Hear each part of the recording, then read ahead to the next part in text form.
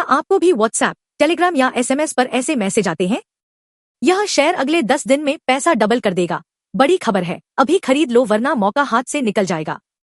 हाल ही में एसबीआई ने देश के सबसे बड़े पंप एंड डंप घोटालों में से एक का पर्दाफाश किया है, जहां 226 लोगों के एक सिंडिकेट ने मिलकर आम रिटेल निवेशकों के करीब 143 करोड़ रुपए उड़ा दिए। दोस्तों, पंप एंड डंप का सीधा मतलब है, पहले किसी शेयर की कीमत को झूठ और चालाकी से आसमान पर ले जाओ, पंप करो, और जैसे ही आम जनता उसमें पैसा लगा दे, अपने सारे शेयर बेचकर मुनाफा कमाओ और गायब हो जाओ, डंप कर दो। यह खेल आमतौर पर 5 कड़ियों में खेला जाता है। कीमत बढ़ाना। घोटालेबाज ऐसी छोटी कंपनियों, पेनी स्टॉक्स, को चुनते हैं जिनका बिजनेस ठप होता है। वे खुद आपस में ही शेयर खरीद बेचकर उसकी कीमत बढ़ाने लगते हैं। लगातार ट्रेडिंग होती है तो ग्राफ में दिखता है कि इस शेयर में बहुत हलचल है। इसके बाद शुरू होता है असली खेल। लाखों लोगों को बल्क एसएमएस, व्हाट्सएप और टेलीग्राम ग्रुप्स के जरिए फर्जी टिप्स भेजे जाते हैं। अंदर की खबर है, मल्टी बैगर स्टॉक है जैसे शब्दों का इस्तेमाल होता है।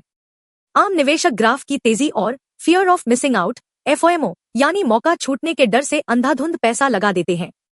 जैसे ही कीमत सबसे ऊपर पहुंचती है, ऑपरेटर अपने सारे शेयर बेचकर बाहर निकल जाते हैं। शेयर का दाम 90% तक गिर जाता है और छोटे निवेशक बर्बाद हो जाते हैं। आप सोच रहे होंगे कि डिजिटल दुनिया में ये लोग पकड़े कैसे जाते हैं।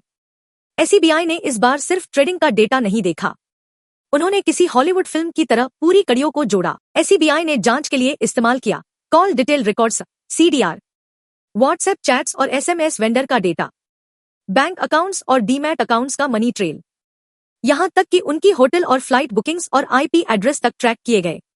जांच में सामने आया कि मौर्या उद्योग, 7NR रिटेल और विशाल फैब्रिक्स जैसी कंपनियों के शेयरों में भारी हेराफेरी की गई थी।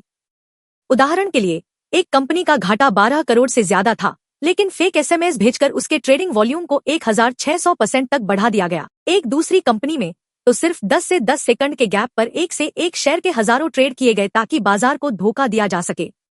अगर आप शेयर बाजार में नए हैं या नुकसान से बचना चाहते हैं तो इन 5 बातों को आज ही गांठ बांध लीजिए। अनजान टिप्स पर भरोसा न करें। कोई भी जेन्युइन एडवाइजर आपको एसएमएस या टेलीग्राम पर पैसा डबल करने की गारंटी नहीं देगा। किसी भी कंपनी में पैसा लगाने से पहले उसकी ऑफिशियल वेबसाइट या स्टॉक एक्सचेंज, BSE NSE पर जाकर उसके फाइनेंशियल रिजल्ट्स और वित्तीय स्थिति जरूर चेक करें। अगर किसी छोटी कंपनी का शेयर बिना किसी ठोस खबर या प्रॉफिट के अचानक रोज 5% या 10% भाग रहा है, तो समझ जाइए कि वहां दाल में कुछ काला है।